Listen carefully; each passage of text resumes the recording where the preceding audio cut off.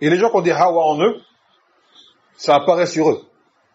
Ce que les gens, par exemple, nous appellent une passion, dans le sens qu'on connaît, ou un hobby, une chose qu'ils aiment vraiment, qui accroche à leur cœur, tu les vois en eux. Celui qui aime la menuiserie, tu vas le voir qu'il aime la menuiserie.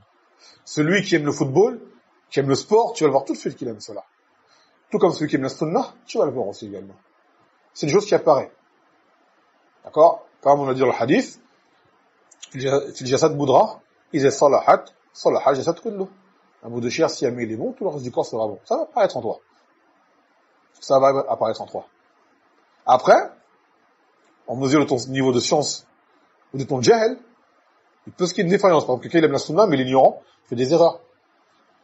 Mais quand il apprend, quand tu vois qu'au fur et à mesure, il s'améliore, il s'arrange. Hatta yakun, masha'Allah. Bien, sur la sunna, apparent et ferme. Comme des fois, au début, on a souvent eu ça de la fougue. On ignore, on aime tellement la chose que des fois, on se lance. C'est-à-dire des paroles d'ignorant. Car on veut vraiment défendre la chose. Ça nous arrive tous, et jusqu'à aujourd'hui, ça nous arrive encore. Car là, tu as un amour pour une chose et tu n'arrives pas à admettre que cette chose-là, elle soit pas bonne. Par exemple, tu vas trouver un débutant, il va nakash avec un mubtadir, et le fait qu'il sache que c'est un mubtadir, tout ce qu'il va dire, il va le rejeter. On dit, Mayalzam, il se peut qu'il dise une chose qu'elle est vraie. Et t'as plein de frères en salafi, c'est ça qui leur arrive beaucoup en France, qu'il faut que plein de gens les déprécient à cause de ça. Car ils ont un amour pour la salafiyya, mais ils n'ont pas l'ilm. Et ils ont une haine pour la bid'ah, et ils n'ont pas de tamiz. Des fois, le mubtadir, il va avec une mas'ala, et tu vas dire, qu'est-ce qu'il a dit ça? C'est l'autre, c'est un tabiri, mais ce qu'il a dit là, dans un mas'ala, il a dit la vérité. Il a dit la vérité. Par exemple, tu vas faire une sunnah, tu vas mal la faire. Il va arriver t'expliquer. Comme tu doutes de lui, lui, il veut m'égarer, lui. En fait, il n'aime pas la sunna, il veut pas faire une bid'a, lui. Tu dis non. Il te dit, c'est comme ça la sunna. Tu dis, non, t'acceptes pas. Il dit que le hadith, fait regarde. Le hadith, il dit kada, kada, kada. Après, le jeune, il regarde, le hadith, il dit Tirmizi. Je sais pas si c'est authentique. Il dit, peut-être de Sheikh al-Albani. Tiens, regarde. Sheikh al-Albani, ton Sheikh, regarde ce qu'il dit. Le hadith, Hassan.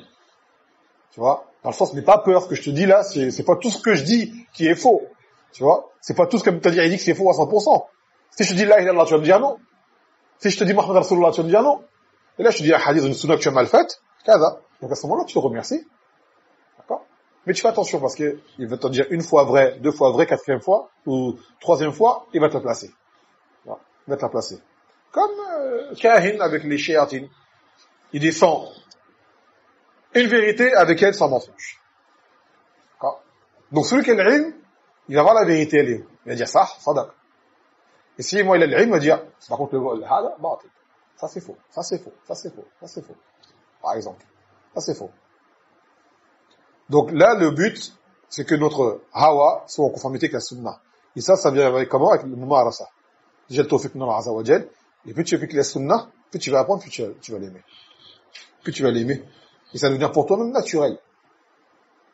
Les choses de la sunna, tu vas les voir, elles vont te plaire. Les choses qui s'y opposent, elles vont te déplaire. Ça va t'écœurer.